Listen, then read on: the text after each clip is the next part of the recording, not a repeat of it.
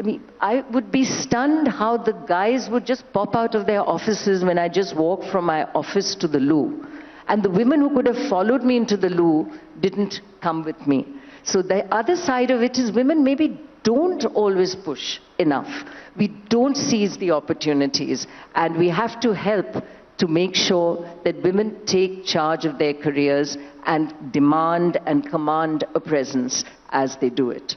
We're a hall full of working women, and we together can do that. We can seize the opportunity, ma'am. Yeah. Very inspiring. But, ma'am, there is also the call for an increased representation of women in boardroom positions. Do you think the dynamics of an organization changes when there are women at the top? I think certainly, because people do look to see who those women are and how they deal with things. How they are respected in an organization, but it is not enough. So that's the sort of walk the talk at the top. But people leave because they have bad managers. That is the single largest reason given typically for people who leave an organization.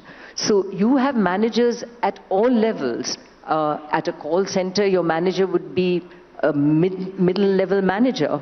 How does that person lead? How does that person mentor? How does that person create the right environment is very important. So leadership at every level becomes important. But I think having leadership at the top certainly helps. The organization I took over as CEO of the bank, at the top layer was all men.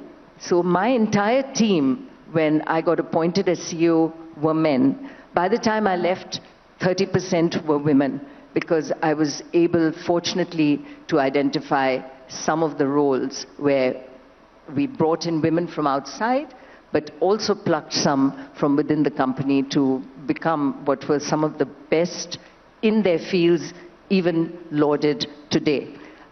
However, for those guys, I have no idea how they felt about me. They had to just suck it up. But the fact is that they needed sensitizing to the women that worked with them. So I set up work groups where women, typically all middle managers, were created into groups of 7 and 8 under each one of them, in the hope that they would learn how the women think. And we had what was a diversity and inclusion program for the women to identify in different subjects what was needed in the organization. And from that experience came one of the most interesting innovations in banking, in that we reduced our work day to 5 days. Imagine, in India we had a 6-day work week in banks. Whole organization came in for half a day on Saturday. So we switched to a 5-day week because this simple idea which was staring us in the face had not struck any of us till it took these women in these working groups to say, well, how about a 5-day week? We kept the branches open on the 6th day with a roster, and the whole bank therefore benefits from the 5-day week. We increased everything by half an hour, basically told everyone that if this does not work, if productivity drops, we have a 6-month window, and then the bosses are going to take us back to a 6-day week. So everyone worked harder, and it became a huge success. And all my competition who was calling, having a laugh on the side that, you know, this is one of your mad experiments, have all shifted to a 5-day week. It took some 2 years to do it, but they all ended up doing it. And meanwhile, we raked it in, the women joined us. So leadership at the top can mean you sensitize an organization. In a way, it helps you. So the talent comes in your direction.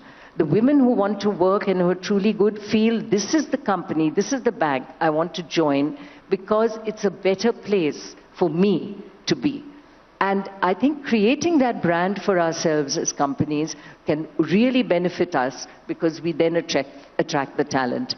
And from what I understand, you at Republic TV have a senior leadership at the top. I was just hearing from Suchrita, and that's probably why you will continue to attract talent such as her.